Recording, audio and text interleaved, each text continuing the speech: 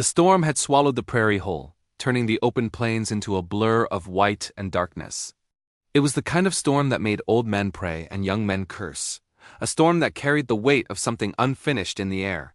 But inside the McBride ranch house, the world was quiet except for the crackle of the fire and the low breathing of a man who spent too many years alone. Jonas McBride sat hunched forward, his hands wrapped around a cup of cooling coffee. 62 winters had carved lines across his face, deep as river canyons. His hair was silver, his shoulders strong but weary, and his voice, when he used it, was the slow, thoughtful kind of a man who'd lived more in silence than in conversation. Jonas stiffened. No traveler would be out here tonight. Not unless fate had dealt them a cruel hand. He rose slowly, his joints aching, and walked to the door. Another knock, this one weaker. He opened it, and the wind howled inside like a ghost let loose. Jonas stiffened. No traveler would be out here tonight. Not unless fate had dealt them a cruel hand. He rose slowly, his joints aching, and walked to the door. Another knock, this one weaker. He opened it, and another knock, this one weaker. He opened it, and the wind howled inside like a ghost let loose. There in the doorway stood a small boy, no older than 8, his hair soaked with ice, his cheeks red from cold, clutching a torn blanket with colorless fingers. The child swayed. Jonas caught him just before he collapsed. "Easy now," Jonas murmured, carrying him inside. He set the boy near the fire, wrapped him in wool, and placed a warm cup between his shaking hands. The boy didn't speak. His eyes were large, brown, and frightened, yet something about them searched Jonas's face with a quiet desperation. Jonas crouched beside him. "What's your name, son?" The boy hesitated, as if unsure how to answer. Jonas softened his tone. "Where's your family?" Still silence. The boy stared at the fire, his lips trembling, until finally he looked up, his voice so small Jonas nearly missed it. "Mister, are you my father?" The words hung in the room heavier than the storm outside. Jonas froze, his breath caught in his throat. "What did you just say?" The boy swallowed. "My ma said my father lived where the mountains touched the snow. A man named Jonas." Jonas felt his heart stumble. That name, spoken in a trembling voice on a winter night, pulled him backward through decades. There had been only one woman who ever said his name with meaning. Leela, red-haired, bright-eyed Lila Hartford. The girl he'd once planned a life with, before distance and family obligations stole her back east. He never married after her. Couldn't. Jonas steadied his breathing. "Boy, what was your mother's name?" The child's eyes dimmed with grief. Leela Hartford." Jonas shut his eyes tight as memories rushed back her laughter, her letters, the last time he saw her crying as the wagon carried her away. When he opened his eyes again, the boy was watching him with a hope so fragile it hurt to see. "Your ma," Jonas whispered, his voice cracking.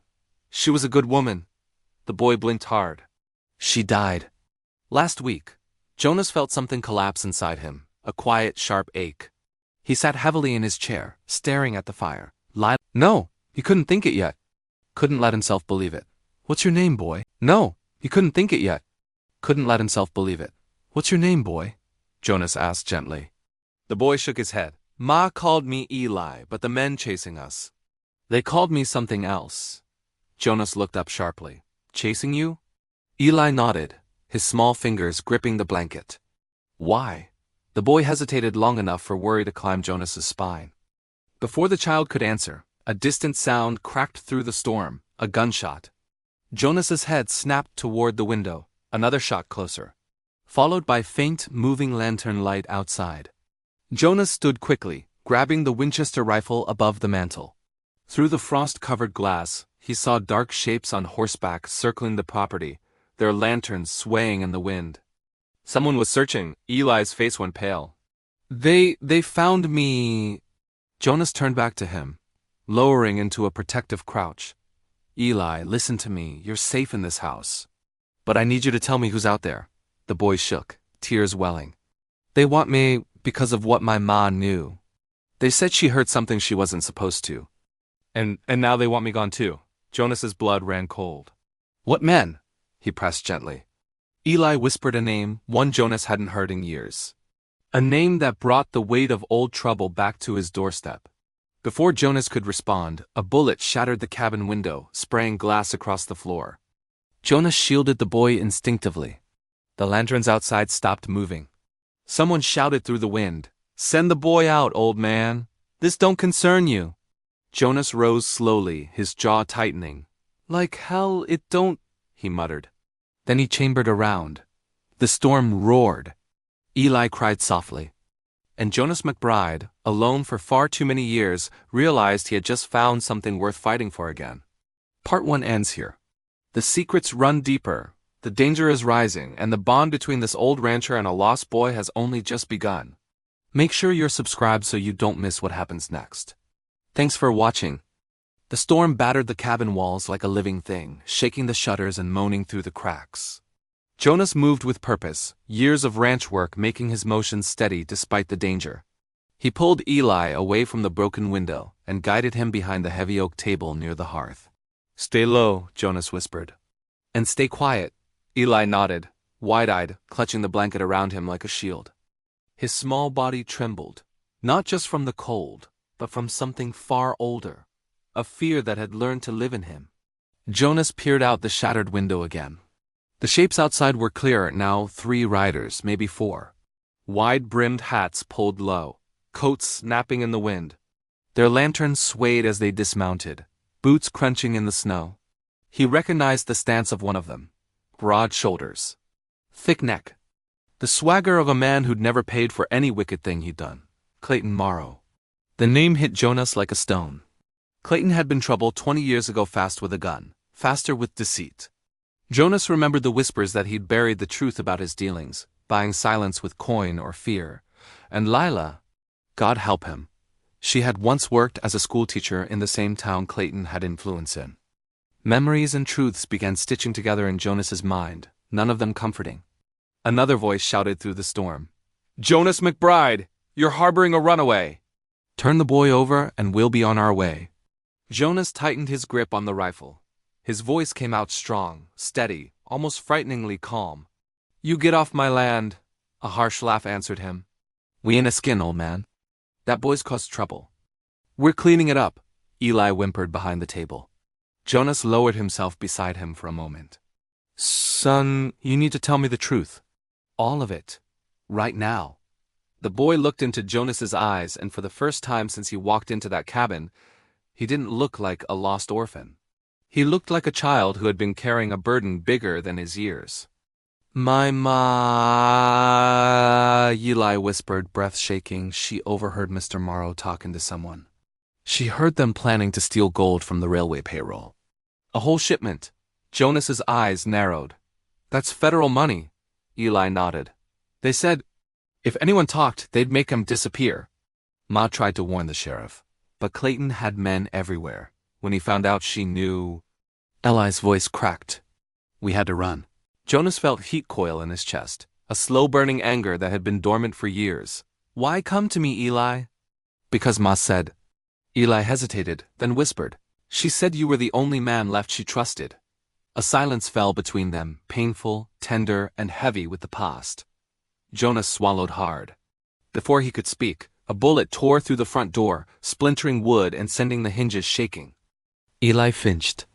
Clayton's voice rose again. "Last warning, McBride. We come in shootin' next time." Jonas stood, shouldering the rifle, and whispered to the boy, "You stay hidden. Don't move unless I tell you." Eli nodded, tears sliding down his cheeks despite his effort to stay brave. Jonas stepped toward the door, breath fogging in the frigid air. He remembered being a younger man, strong, proud, unafraid. He wasn't that man anymore.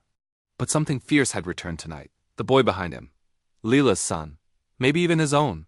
He cracked the door open just enough to shout, "You come barging in here. You'll find more lead than you bargained for." Clayton laughed, cold and cruel. "You're too old to make threats." Jonas fired a warning shot into the snow, close enough to scatter the men and send their horses rearing. The outlaws cursed and ducked for cover. Inside, Eli gasped, "Are they going to kill us?" Jonas shut the door and leaned his back against it, breathing hard but unwavering. "Not if I can help it, son." He moved quickly to the window again. Clayton and his men were spreading out, forming a half-circle around the cabin. They weren't leaving until they got what they came for. Jonas whispered to himself, "Lord, give me strength." He turned to Eli. "Is there any proof?" Anything your ma left? The boy reached inside his blanket, pulling out a small, leather-bound journal, worn, cracked, edges frayed. She wrote everything down, Eli said. Names, dates, places. She wanted to give it to the marshal in the next town. But we didn't make it. Jonas's breath caught. This wasn't just a frightened child's story. This was evidence enough to hang Clayton and his men twice over. He took the journal carefully, almost reverently. You've been carrying this the whole time? The boy nodded. That's why they want me gone. Outside, the men began shouting again, moving closer. Jonas could hear footsteps crunching in the snow. He knew what this meant. They wouldn't wait for sunrise. He knelt before Eli, holding the boy's shoulders firmly. Listen close. We can't stay here. If they set this place on fire, we don't stand a chance. Eli's voice quivered. Where do we go? Jonas looked toward the back door that led into the wood's dense pines that stretched up toward the mountain ridge. There's an old trapping shed 2 miles north. Hidden. They'll never find us in the storm. Eli's eyes widened. Can we make it? Jonas offered a small, steady smile. If you trust me. Without hesitation, Eli nodded. I do. Jonas felt something warm flicker inside him, small but real. Something he hadn't felt in years. He grabbed coats, a lantern, extra shells for the rifle. The wind howled like a warning, urging hurry. Voices outside grew louder. Boots crunched closer. Jonas lifted Eli into his arms, whispering, Hold on tight. The boy clung to him. Then Jonas kicked open the back door into the blinding storm. As they disappeared into the swirling snow, Clayton Morrow reached the front door, gun raised. He kicked it open only to find the cabin empty, and the journal missing. His snarl carried into the wind. Find them, he roared. I want that boy alive. The storm swallowed his voice, but his men scattered into the night, unaware that Jonas McBride and the child he might have fathered were already climbing toward the mountains toward secrets, danger, and a truth big enough to break both of their hearts. Stay tuned for the emotional, cinematic final chapter of this story. Thanks for watching. The wind screamed across the mountain ridge as Jonas trudged through knee-high snow, Eli clinging to his back, arms wrapped tight around his neck. The lantern fought to stay lit, its flame bending and trembling with every gust. Trees swayed violently, branches cracking like gunfire in the darkness. Just a little further, Jonas panted, forcing his legs to move. Every step felt heavier, older bones, colder winds. And behind them, death riding on horseback. Eli pressed his cheek into Jonas's shoulder. I'm sorry, he whispered, his voice barely audible over the storm. Jonas tightened his grip on the boy's legs. You hush now. None of this is your fault. But the words didn't ease the weight pressing down on him, not from the storm, but from the truth he was almost certain of. Leela's eyes, her voice, the way she'd looked at Jonas the night she left town. The way she'd trembled when she said she had one last thing to protect. That one thing had a name, Eli. Jonas blinked frost from his lashes, his breath burning in his chest. The trapping shed's roof finally appeared through the swirling white slanted old, but standing strong. He pushed through the snowdrifts, kicked the frozen door open, and carried the boy inside. Warmth didn't greet them, only darkness and the familiar must of pine and iron traps. But it was shelter, and for now, shelter was enough. Jonas set Eli down gently. You all right? The boy nodded, shivering. Are we safe? For the moment, Jonas answered, lighting the small oil lamp hanging from a nail. The soft glow filled the cramped shed, illuminating stacks of firewood, coils of old rope, and a rusted stove that might still work. Jonas moved quickly, stuffing wood into the stove, striking a match. The flame caught slowly, flickering to life. He exhaled in relief, but then hoofbeats. Distant, but growing. Eli looked up sharply. Jonas put a finger to his lips. Don't be afraid, he whispered. They haven't found us yet.